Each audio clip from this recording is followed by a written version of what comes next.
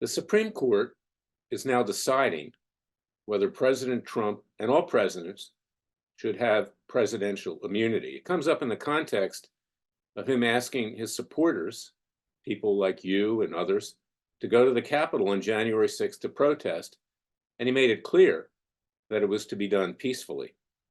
He also alerted Nancy Pelosi, then Speaker of the House, that you might want to have National Guard there in case something happened. President Trump doesn't need immunity to defend himself on that.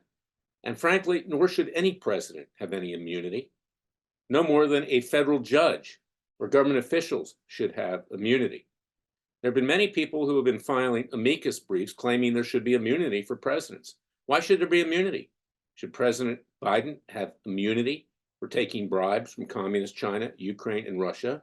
Should Bill Clinton have had immunity for the over 40 scandals that he perpetrated, Filegate, Travelgate, you name it, IRS Gate, during his administration?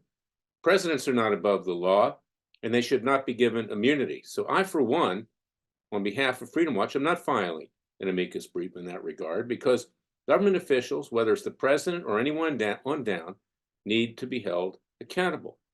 Several years ago, I brought a case against Hillary Clinton with regard to her private email server and the missing 33,000 emails, all of which gave rise to the coordinates of Ambassador Christopher Stevens, which allowed terrorists to find him and the sons of my clients, Charles Woods and Pat Smith, Ty Woods and Sean Smith. Hillary Clinton said she had immunity, and in fact, the leftists on the DC federal court agreed with her, no surprise, and the Supreme Court didn't want to take the issue up.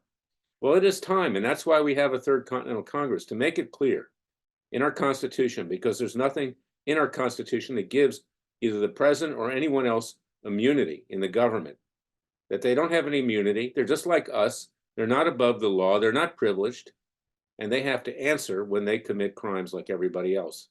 But again, President Trump needs no immunity here. He didn't do anything wrong with regard to January 6th. That's my message for today.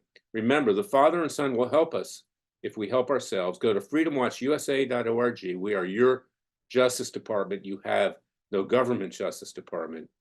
And remember that we're all equal in this country. If you commit a crime, you have to do the time. I'll be back tomorrow with another special podcast. Until then, thank you for listening to me.